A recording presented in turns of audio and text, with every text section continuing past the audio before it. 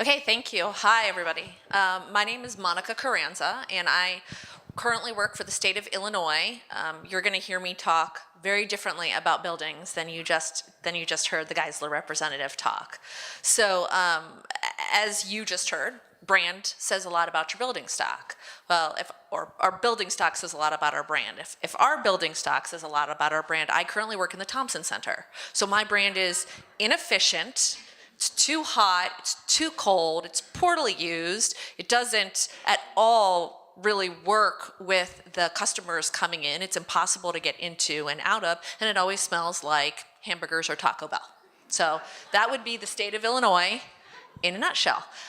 Or our buildings were all built in the 1920s. They're old, they're antiquated, they're impossible to deal with. We have mold. I mean, it's a real big challenge in front of us. So 2.5 years ago, the state of Illinois centralized all of their IT under a central state CIO, which is amazing that just happened 2.5 years ago under the new governor.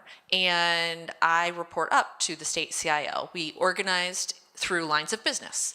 So I have about 20 agencies that I help deliver IT solutions to. And 2 of my agencies, one of them builds all the state buildings, State Capital Development Board, and one of them manages all the buildings, Central Management Services.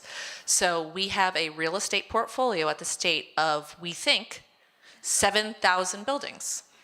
And we don't even know if that's the extent of it. And we don't know the square footage of the buildings, we don't know the use of the buildings, we don't know the capacity of the buildings.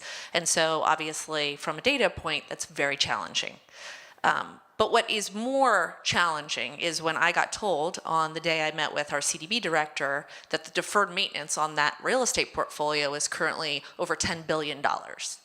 And we didn't have a budget at the time she told me this. So I looked at her in all seriousness and I said, how do you ever expect to keep these buildings up? Like, why are you going down the road of continuing to build buildings if you know you have a $10 billion deferred maintenance? Why aren't you selling buildings off and looking to restack your buildings and shrink your portfolio? All we're doing is continuing to build and build and build. And so in 2016, we started the Smart Building Initiative at the state. The CIO at the time was Hardik Bhatt. If anyone knows Hardik, he is very big in the smart building space, or smart state, smart cities. He worked for Oracle, came to the state of Illinois, and really said, we want the state of Illinois to be the first smart state in the country. And we have several initiatives. If you're interested in smart technology and smart government, I encourage you to go to the Do It Department of Innovation and Technology website. But I manage the smart building team. And so it was basically, the impetus was alternative funding. I said, if we do anything else by being able to build smart buildings or bring smart tech, we might be able to find alternate ways to fund the implementation of that tech. Grants, partnerships with utilities, public-private partnerships. There's a lot of additional funding opportunities because I can provide the right partner any kind of building stock they want to play with, any kind of building stock they want to experiment with. I have all of it. And so part of what I'm here today is to kind of inform you that that is something that we're currently doing. I'm currently working on drafting and introducing enabling legislation at the state of Illinois to allow for public-private partnerships when it comes to our building stock. Because we're very interested in the future having the ability to go out with some of our bundle projects together and come out and look at design, build, finance, and or design, build, finance, maintain, and operate. Because honestly, we don't want to, nor should we, maintain and operate our own buildings. There's much more value for the state to work with a partner and look at opportunities to maybe rent the building, lease the building. So that's something that we're looking to do now. So for those of you in the space, please keep your ear to, keep your listen out there for as this comes up and as we introduce this and as projects come out.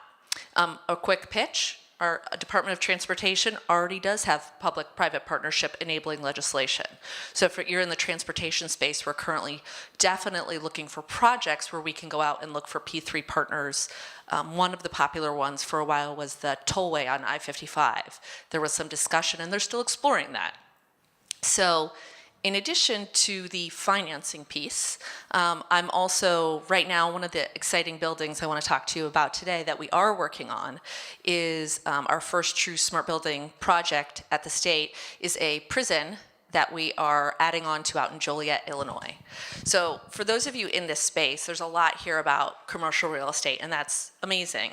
But I would challenge you to think about how you can take your technology and potentially apply it in a public environment. And the biggest challenge we obviously have is our prisons. And we are building a prison right now in Joliet. There's a prison in Joliet we're adding on that's not just a prison.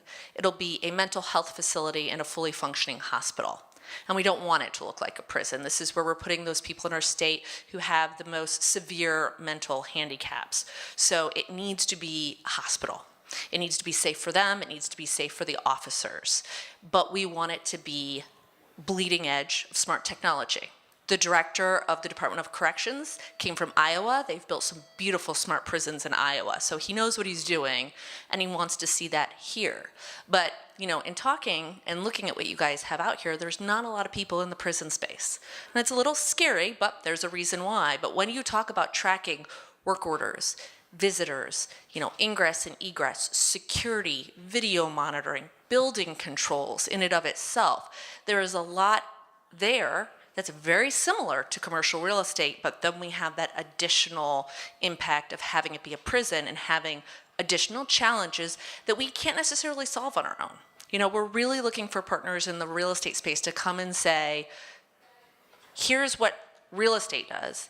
Here's the kind of security you need. What's the solution in the middle? Because we can't keep building prisons, veterans homes, hospitals, universities that are this traditional brick and mortar. And so we're very much at the beginning of this journey.